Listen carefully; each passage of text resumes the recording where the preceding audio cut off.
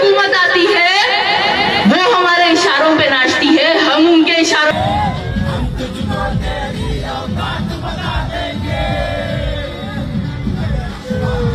मुसलमानों का उद्धार आप सब जानते हैं। जुबली हिल्स में अभी भाई अस्सलामुअलैकुम। जुबली हिल में इलेक्शन होने वाले हैं, उससे पहले बीजेपी के लोगों की जानिब से रैली निकाली गई, लेकिन बैकग्राउंड में जो साउंड चल रहा है उसे ज़रा गौर से सुनिए। उसे सुनने के बाद आप लोग भी हैरान हो जाओगे।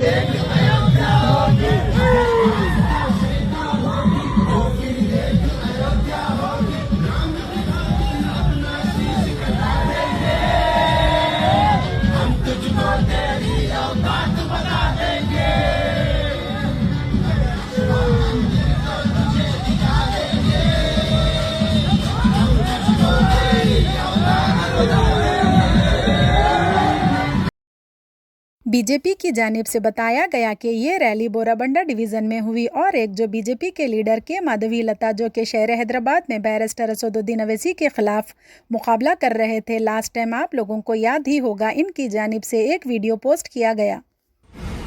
आप सब जानते हैं जुबली हिल्स में अभी भाई इलेक्शन चल रहा है। उस इलेक्शन के तहत रेवंत रेड्डी हमारे मुख्यमंत्री जी भीख मांग रहे हैं मजहब का नाम लेकर।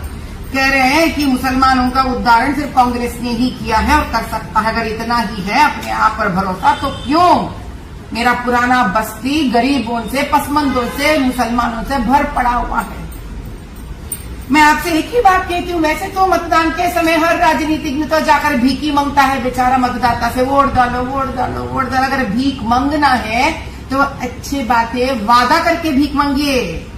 आर्थिक रूप से पिछड़े हुए लोग और पसमंदों से कहिए हम आपको पक्के घर बनाएंगे, गवर्नमेंट स्कूल का उद्धारण करेंगे, आपको सही रूप से अस्पताल गवर्नमेंट के बना के देंगे, जो अस्पताल है उनमें सही हम आपको मेडिसिन देंगे।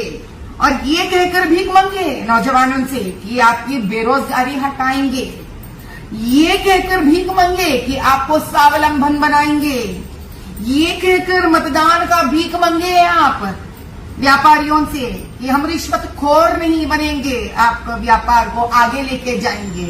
ये कहकर भीख मांगिए कि हम एकता को बनाए रखेंगे, क्योंकि आप तो वादा करते नहीं।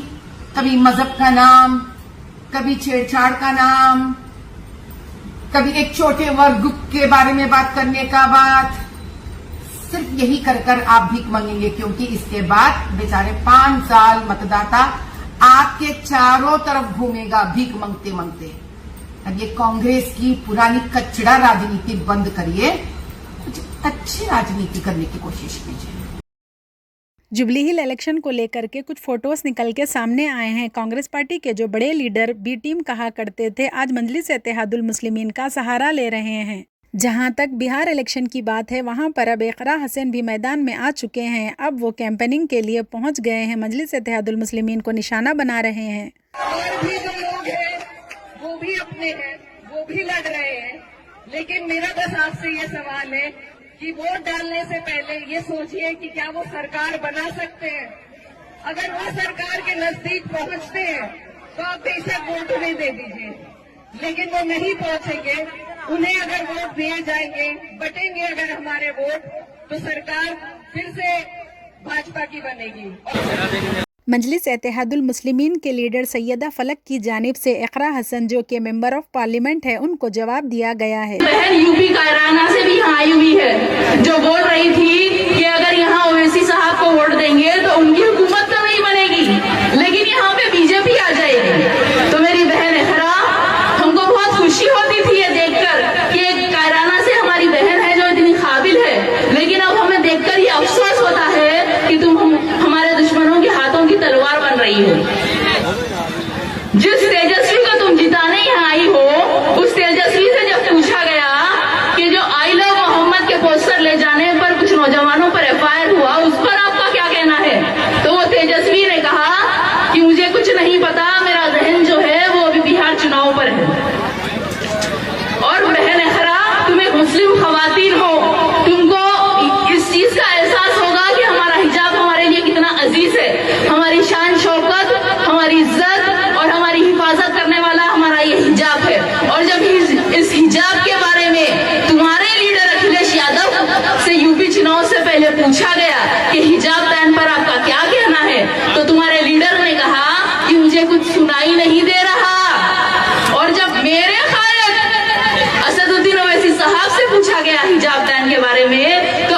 कहा कि हिजाब पहनना मुस्लिम लड़कियों का हक है और एक दिन इस मुल्क की प्राइम मिनिस्टर एक हिजाब पहनने वाली लड़की बनेगी इंशाअल्लाह।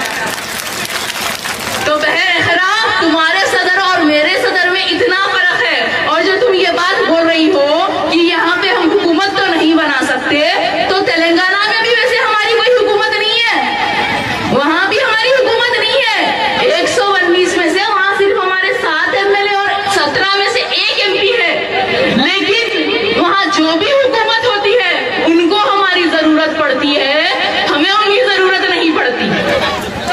वो हमारे इतिहाद की ताकत से मजबूर हो जाते हैं। वहां जहाँ कोई भी हुकूमत आती है वो हमारे इशारों पे नाचती है, हम उनके इशारों पे नहीं नाचते।